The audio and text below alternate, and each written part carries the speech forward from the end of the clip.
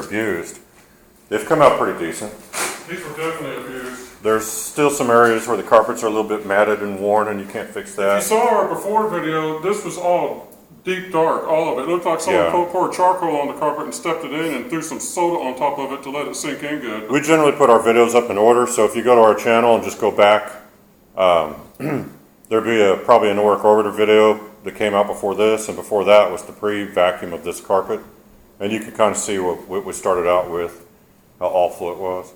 Well, there you go. Oh, and on the Dyson, you got to remember, I sometimes forget to mention this, they're a lot more powerful if you take out the filter that's down in the ball. The filter that's in the ball, you got to remember, you have a primary cyclone system and a primary filter, and anything that gets past that gets sucked down through the motor area, and it comes out through that. Just take it out. Yeah, that's your HEPA filter. It overheats your vacuum. It's just bad luck to have it in there. Right, you get better airflow, a cooler running motor, and if you're going to run the vacuum for long periods and heavy abuse conditions like we have to put it in, it's better if you just take that filter out because it'll save you a lot of overheating and everything else. It makes it run cooler, and it's a lot more powerful. And that's part of the reason, if you look closely, sometimes on the video, you can see the carpets are being lifted the whole time we're vacuuming. So that's because we have a greatly increased airflow. Yeah. And it just makes everything work a little bit better. Anyway, I hope you enjoyed watching the post-vacuum, and stay tuned for our next video, which will be upcoming soon. One more thing. The guy in England with the Kirby, put up some vacuum filters. We want to see the Kirby work. Yeah. Make a bunch of videos with it. We won't mention his name, Roger Lane, but, you know, Well, if he wants to put up videos, Kirby's are neat machines, so don't think that we don't like them. They just don't work good for what we do. Now, around the house, things like that, they'd be fine. well, a lot of people use them for carpet cleaning businesses, but we used them and we just had trouble getting them to pick stuff up. We couldn't adjust that. Yeah, and the sanitaries have the same issue, which is sometimes you're between the settings and you can either set it just a little bit too low or a little bit too high, and you're kind of stuck on some carpets. And sometimes, like on a carpet like this, where you have worn areas, you may have to adjust the height of the machine a couple of times just to vacuum one room because it doesn't stay at the same setting the whole time. And probably the advantage where we picked the sanitary overall is, first off, we think the brush rolls are better. Yeah, they have good brush rolls. Especially the VG1 brush roll, but we like the brush rolls better. And, you know, they're easier to replace parts on, they're just cheaper. Yeah. And they're more like the Kirby's great for a home person that takes care of their carpet, and they're not going to have, when you do commercial work like us, you're going to go through stuff, and you want cheap repairs.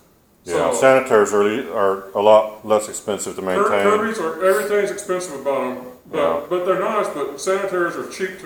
You can replace our small sanitary for $115. Yeah, so, and someday we may get a big Royal 18-inch commercial. We've contemplated it. But the thing is, these Dysons, the maneuverability and the ability to do the edge cleaning with the hose, and just being able to tackle all sorts of different environments, and the automatic adjustment of the height on the carpet.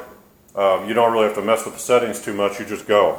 And with a lot of the other vacuums, you got to fidget with the settings all the time. The Dyson was really a fluke. I got it to vacuum my house. Yeah. And then one day we had a Bizzle that broke down, and we didn't have a choice, so we took the Dyson out, and it turned out to work real well, so we've been using it a whole lot because we had trouble with a cheap Bizzle, a $50 Bizzle vacuum. Yeah, so the Dysons are not really a good choice for most commercial work because they're just too expensive. They work, but they'll do the job if you take care of them. I got it for my home. There's a lot of maintenance. There's a lot of added maintenance you want to do when you use them that way that you don't do if you use them around your house. You definitely keep the brush rolls perfectly clean at all times. You keep your cyclone system cleaned out. You make sure your filters are clean. You don't wait 3 or 4 months to clean your filters. You clean them, every couple of weeks. At the least, and so there's a lot of maintenance that goes with them. Sure. And this vacuum has some little issues that we need to fix, but it's still working. But the cyclone needs overhauled, needs a new gasket. The hose is just now developed after over 6 years. It has a little tear at the top, so you kind of have to make sure that opening isn't exposed, or it's not going to pick up very good off the floor. But we just use it like it is. It works. Yeah, we just run it the way it is. We'll either fix this one up or we'll get a newer one.